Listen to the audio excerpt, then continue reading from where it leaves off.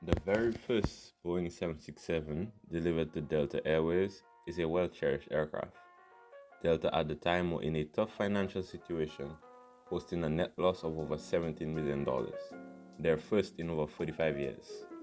This was partly due to the airline industry struggling due to a weak economy and high fuel prices. With the airline at stake, the employees sought to see the company remain.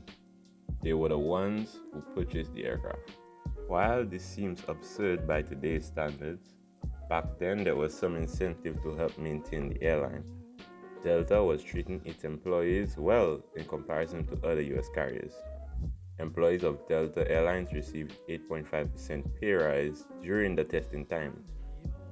A fundraising campaign to buy a brand new aircraft for the airline's return to profitability was coordinated by three Delta flight attendants, Diane Caravelli, Gianni Oxford, and Gene Owens. At the end of it all, over 18,000 Delta employees agreed to contribute 2.5% of their annual salaries, aided by friends and retired Delta employees. At the end of the drive, it was estimated that they raised over $40 million to finance the new aircraft. The aircraft chosen was the Boeing 767-200, which was scheduled to be launched by United Airlines in the September of 1982. By the end of that year, Delta employees funded the 767 and it had been delivered to the carrier and would formally be welcomed at an event just before Christmas. On December 15, 1982, 7,000 workers came to celebrate the christening of the ship 102, the Spirit of Delta, which was a fitting name for the Boeing 767. Following this formality, the 767 made its first commercial flight from Atlanta, Delta's primary hub, to Tampa, Florida.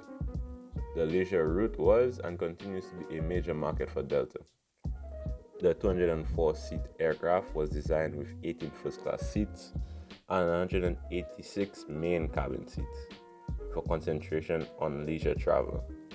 The ship 102 had experienced several different eras of Delta by the time it was put to rest. The airplane was decorated with unique liveries that honored the Atlanta Olympics in 1996.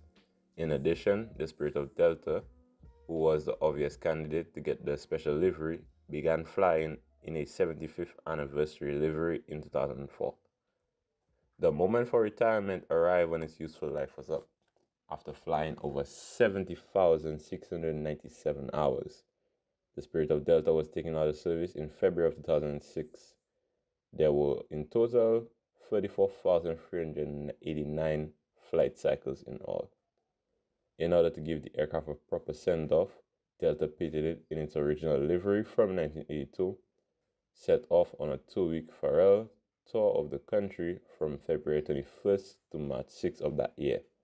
Stopping at 12 different locations, the Delta Spirit was prepared to start a new life as a museum exhibit.